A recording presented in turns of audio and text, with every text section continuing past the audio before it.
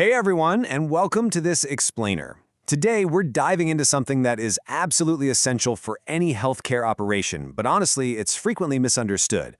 We're talking about navigating the Vermont nursing license verification process online. Whether you're a compliance officer, a credentialing specialist, or a healthcare admin, verifying a nurse's license quickly and accurately is totally non-negotiable. So let's just get right into it. Right off the bat, I want you to ask yourself, how certain are you about a nurse's credentials? Imagine you're urgently hiring a travel nurse to fill a really critical shift, or maybe you're just auditing your facility's roster. Validating professional credentials is not just some bureaucratic checkbox. As our sources clearly highlight, this is the absolute cornerstone of patient safety, institutional risk management, and regulatory compliance. Think about it. If a license is lapsed or encumbered, the stakes for patient care and your facility's liability are just massive. You need to know, without a shadow of a doubt, that the person providing care is legally authorized to do it. To get you that level of certainty, here is our roadmap for today. First, we'll look at why verification matters. Then, we'll break down Vermont's dual framework. We'll go through a step-by-step OPR verification, explore the nurses database, flag some common mistakes you really want to avoid, and finally, cover the legal limits and our conclusion. Okay, let's jump into Section 1, Why Verification Matters and How It Safeguards Care in Vermont. The whole Vermont regulatory framework, which is guided by the Board of Nursing and the Nurse Practice Act, really exists for one primary reason: to ensure patients get safe, competent nursing care.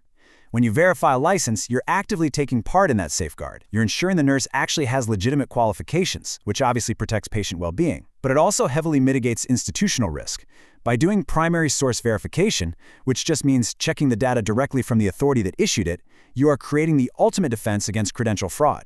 Moving right along to Section 2, Vermont's dual framework, OPR versus nurses. You basically have a dual-track ecosystem of tools to work with here. On one side, we have the Vermont Office of Professional Regulation, or the OPR portal. Think of this as your local, state-level tool. It updates in real time the second the board takes any action. And crucially, it covers all state nursing credentials. And yes, that includes licensed nursing assistants, or LNAs. On the flip side, we have the National NCSBN Nurses Database. Because this platform aggregates data from all over the country, there's usually a 24 to 48-hour batch upload delay from the state boards. It is the gold standard for multi-state tracking, but here is the kicker: it completely excludes LNAs. Knowing which of these two tools to use when is literally half the battle. All right, Section 3, Step-by-Step OPR Verification. Let's navigate the state portal. Let's walk through exactly how to do this. Step 1, go ahead and access the Vermont OPR Find a Professional Guest portal. Good news, it's a completely free public lookup tool. Now, Step 2 is where people get tripped up all the time. You can search by the person's exact first and last name or by their license number. But if you use the license number, you have to format it precisely. I cannot emphasize this enough. It has to be 3 digits, a period, and then 7 digits. So something like 123.1234567. If you skip that period, it probably won't work. Finally, Step 3, hit Display Results. You'll see the basic info pop up, but you always want to click that Details button. That secondary screen is where the real value is. It shows you their verified education, examination history, and any linked disciplinary actions. When you do pull up those details, you're going to see a license status. Here's a quick cheat sheet on what those statuses actually mean in the real world. Active is exactly what you want to see. They're licensed and good to go. Inactive means they aren't practicing right now, but they could reactivate it down the line. Now, pay close attention to these bottom two. Lapsed or expired means they missed their renewal deadline. They absolutely cannot practice until they get that sorted out. And finally, suspended or revoked means the board stepped in with formal disciplinary action and practice is strictly legally prohibited. There's no gray area on that one. Let's move to Section 4, Exploring the Nurses Database. These are your multi-state and institutional tools.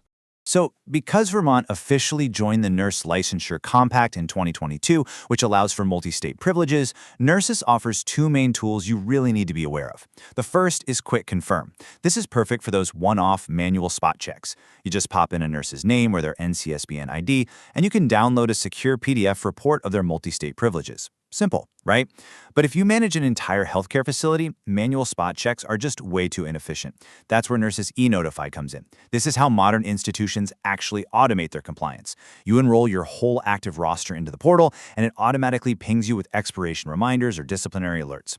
To enroll a nurse, you just need 4 things: their license number, type and jurisdiction, the last 4 digits of their social security number, their birth year, and their active work address. Gather those up, and you can put your roster's compliance on autopilot. Now for Section 5, common mistakes to avoid regarding terminology and missing records. Okay, this exact distinction causes so many headaches for travel nurses and credentialing specialists. A lookup versus a verification. We use these interchangeably in normal conversation, but in the regulatory world, they are totally different things. A lookup is what we literally just did on the OPR portal, or with Nurses Quick Confirm. Instant, free, public, used by employers to just check if a license is active. A board-to-board verification, on the other hand, is a highly formal, secure document transmitted directly between state boards, usually for license endorsement in a new state. If a board asks the nurse for a verification and they just hand over a printed screenshot of a lookup page, their application is going to stall for weeks. Knowing the difference saves everyone a lot of time. And here is another super common pitfall: the absolute panic of the missing record. Say you're searching for a Vermont licensed nursing assistant, an LNA, on the National Nurses Database, and you get 0 results. It looks like their license just doesn't exist. Don't panic. Remember what we talked about earlier? LNAs are completely excluded from the National Nurses platform. If you need to verify an LNA, you have to go back to the Vermont OPR portal. An empty result on Nurses usually just means you're looking in the wrong place for that specific credential. Which brings us to Section 6, Legal Limits and Conclusion. Let's talk about the Fair Credit Reporting Act boundaries. These legal boundaries are incredibly important, especially if you work in HR or hiring. The data you pull from the Vermont OPR portal or Nurses is strictly for informational reference. It is not a consumer report. That means, legally, you cannot independently use that public portal data to make definitive hiring, firing, tenant, credit, or insurance decisions. Verifying a license online is absolutely an essential, mandatory first step to mitigate risk, for sure. But if you're actually screening for employment, it has to be paired with an official FCRA-compliant background check from a licensed consumer reporting agency. You really can't take shortcuts with hiring and firing laws.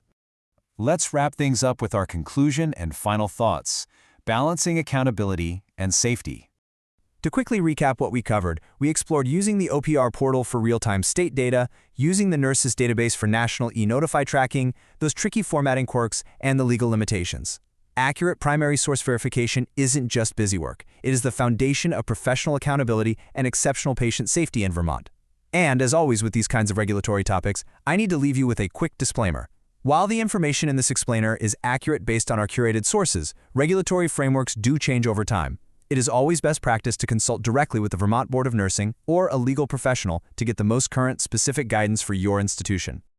So, I'll leave you with one final question to think about. Are your institution's nursing rosters fully verified and legally compliant right now? Today? If you aren't 100% sure, it might be time to pull up the OPR portal or double-check those Nurses e-Notify settings. Thank you so much for joining me on this deep dive. As always, keep learning and stay focused.